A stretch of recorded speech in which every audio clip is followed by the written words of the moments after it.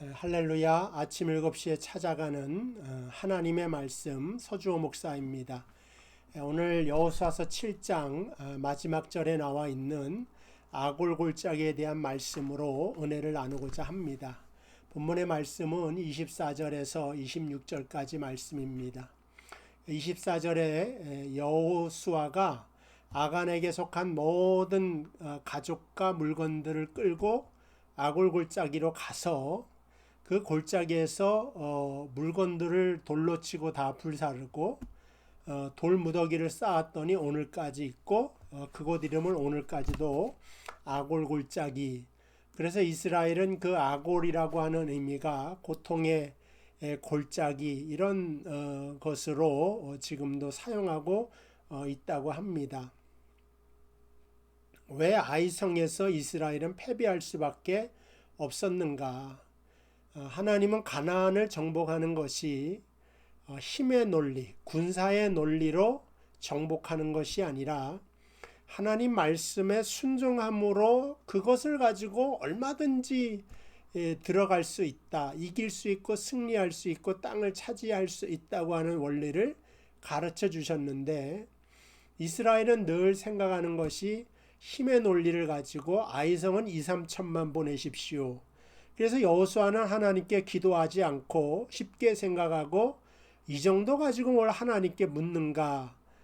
자기에게 모세가 이루어졌던 하나님께 우림과 둠빔을 통하여 항상 물어서 결정하라고 하는 말을 또 경홀히 여기고 그와 같은 일을 함으로 아이성에서 패배하게 되는 것을 보게 됩니다.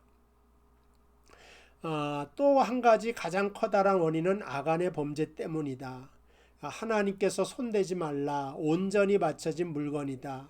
그러니까 온전히 바쳐진 것은 다 불사르라고 하는 뜻입니다.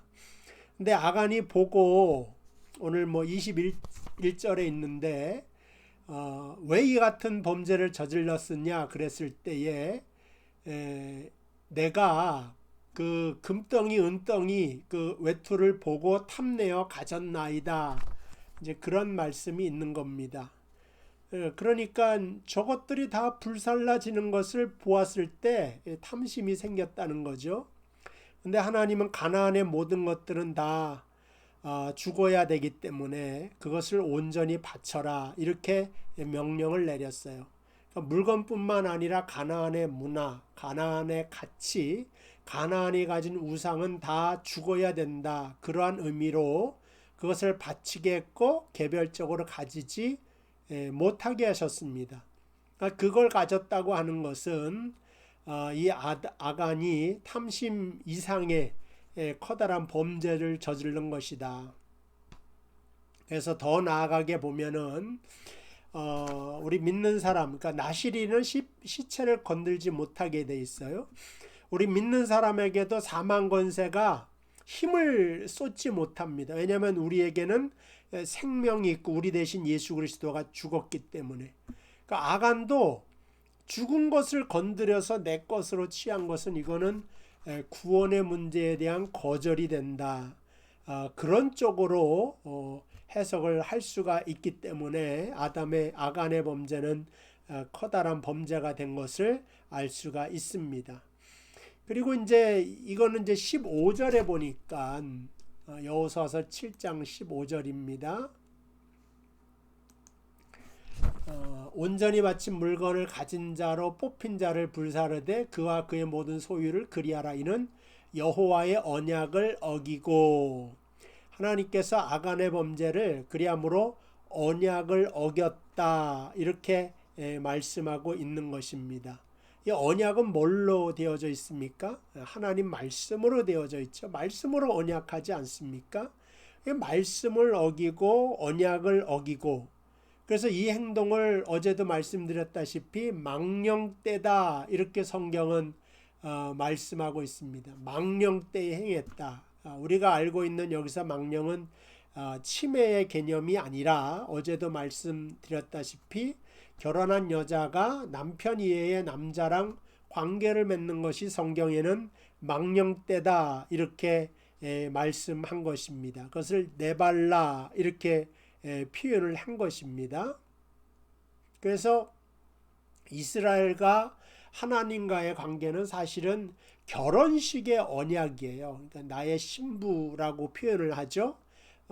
그래서 이 결혼식이라고 하는 것은 하나의 커다란 그 언약식인 거죠. 그래서 하객들이 온다라고 하는 것은 밥 먹고 부조금 내고 가라는 뜻이 아니라 그 결혼식을 체결했다고 하는 그 언약의 증인으로 하객들이 와 있고, 그래서 뭐 영국 같은 결혼식에는 주례사가 이 결혼에 이의가 있는 사람은 지금 말하고 지금 말하지 못할 바에는 영원히 입 다물고 계시라, 이런 말까지 하면서 증인된 역할을 잘 감당할 것을 말씀해 주고 있습니다.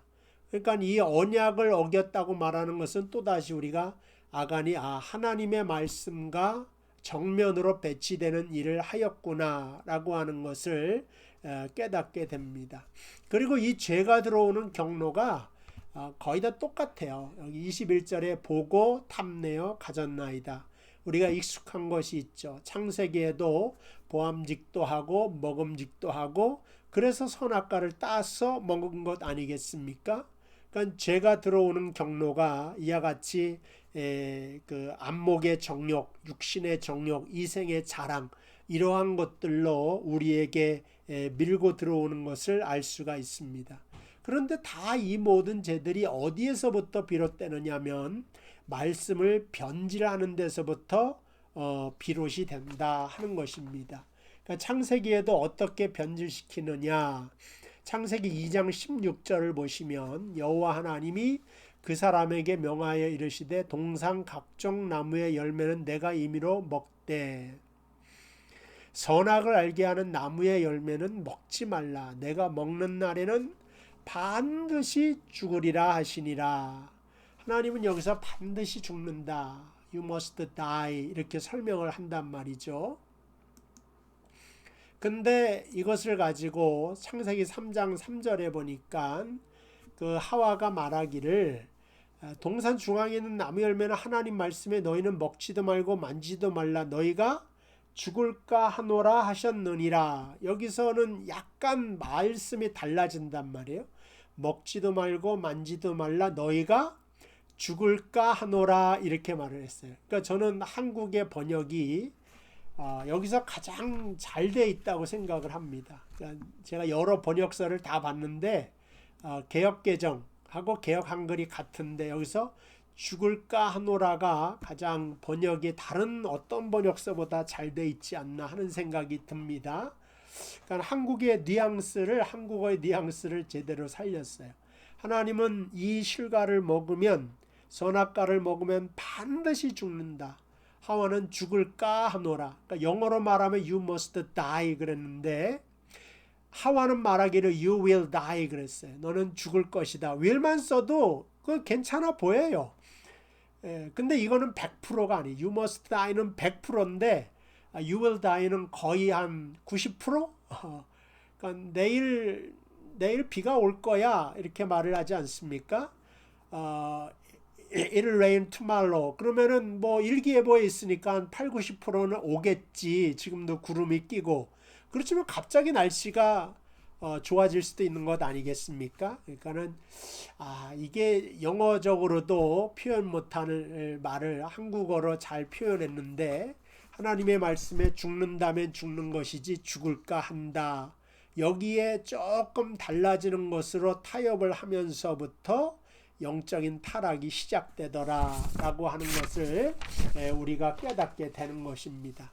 그래서 우리가 하나님의 말씀을 배울 때 대충 아는 것이 아니라 분명하게 알아야 되는데 복음의 메시지는 더 분명하게 알아야 된다. 제가 그래서 때로는 이 복음을 전할 때는 늘 반복하는 것 같지만 한 해에도 한 두세 번은 늘 십자가의 복음을 여러분에게 말씀드립니다. 반복한다 생각하지 마시고 그때도 더 새롭게 아멘함으로 이 복음의 메시지를 받아들이시기를 바랍니다. 자, 그 다음에 17절 말씀에 보니까는 계속해서 그 어제도 말했다시피 지파, 유다 족속 이렇게 가족 이런 것들이 계속 나와요. 첫 번째는 아간에게 회개할 기회를 주는 것이고, 두 번째를 어제 말씀 안 드렸는데, 이 죄의 문제는 공동체적인 특징을 가지고 있다 하는 것입니다. 그러니까 하나님께서 바울이 말했다시피 우리 중에 누가 약하면 내가 마음 아파하고 힘들어하지 않느냐, 이러한 식의 가족의식을 가지라는 거예요.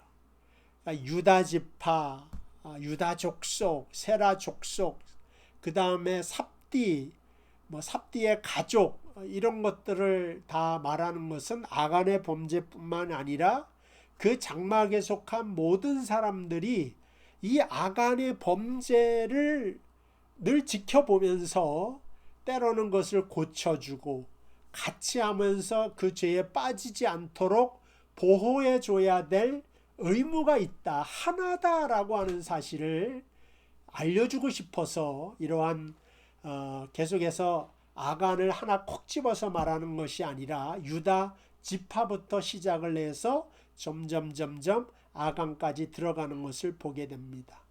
그러니까 우리 교인 중에 누구 하나가 아픈 일을 당하였을 때 그것은 한 사람의 문제가 아니라 모든 교회의 문제인 것처럼 마음 아파하고 함께 울어주고 기도해 주는 것이 교회다 이겁니다. 그러니까 어떤 사람이 힘들어하고 낙심하게 되면 그것으로 인하여 내 마음도 졸여야 되는 것이지, 그것이랑 나랑 무슨 상관이냐 하는 것은 바른 신자의 마음 자세가 아니다, 이렇게 하나님께서는 말씀해 주고 있습니다.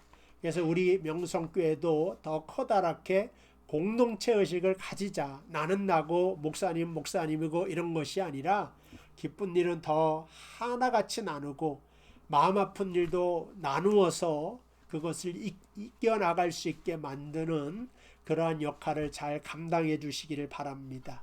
그리고 오늘 본문 말씀에 아골골짜기에 묻었는데 오늘까지 있다라고 하는 말씀이 있죠. 이 아골골짜기는요, 사실은 이제 계속 선지자서에 나오죠. 구약의 역사 속에 나오는데, 제가 호세아서 2장 15절 거기에 하나님께서 호세아에게 말하기를 아골골짜기로, 2장 15절입니다. 거기서 비로소 그의 포도원을 그에게 주고, 그러니까 그 호세아의 아내가 바람을 펴서 자꾸만 다른 남자를 만나러 가는데 하나님께서는 그래도 계속 데리고 오라고 말을 하죠. 그러니까는 이 호세아의 아내가 아간과 같은 범죄를 저지른 겁니다. 근데 그때 하나님께서 2장 15절에 말하기를 아골골짜기로 소망의 문을 삼아주겠다, 이 말씀을 하시는 겁니다. 아골골짜기가 오늘 눈앞에 오늘날까지 있더라라고 말하지만 하나님께서는 거기에 멈추는 게 아니라 이 아골골짜기가 소망의 문을 소망의 문으로 너의 인생에 삼아주겠다, 이렇게 선언하고 있습니다. 우리가 아간이 아니라고 말할 수는 없을 것 같습니다. 때로는 우리도 탐심이 작용을 하여서 아간과 같은 실수를 할 때가 있죠. 근데 거기서 이제 끝나는 것이 아니라 예수 그리스도로 인하여 보라 새로운 피조물이 될 수 있다고 말한 것은 오늘 호세아서 2장 15절입니다. 하나님은 아골골짜기로, 내 인생에 지우고 싶은 아골골짜기로 소망의 골짜기를 만드시는 하나님이시더라 하는 것입니다. 이 사실을 깨달으면서 이 아골골짜기, 소망의 골짜기, 소망을 티크아라고 했는데 이게 그 붉은 줄에서 나오는 어원이랑 같아요. 그래서 그 라합이 붉은 줄을 내렸다고 하는 것은 소망의 줄을 내린 거예요. 티크아. 근데 아골골짜기로 소망의 문을 만들 때도 거기에 티크아라고 하는 단어를 사용하게 되는 것입니다. 그러니까 이 소망이라고 하는 단어 속엔 구원의 의미까지 포함돼서 아골골짜기를 철저하게 파괴된 너의 인생이 참된 소망을 갖게 될 것이다. 어디 안에서? 예수 안에서. 오늘 여러분의 인생이 주님 안에서 참된 소망을 갖게 되기를 예수님의 이름으로 축복을 드립니다. 기도하겠습니다. 하나님 감사합니다. 우리의 인생 속에 아골골짜기를 만났을지라도 소망의 골짜기로 만드시는 여호와 하나님을 의지하여 승리할 수 있도록 인도하여 주옵소서. 예수님의 이름으로 기도하옵나이다. 아멘. 예, 내일 이 시간에 또 뵙도록 하겠습니다. 감사합니다.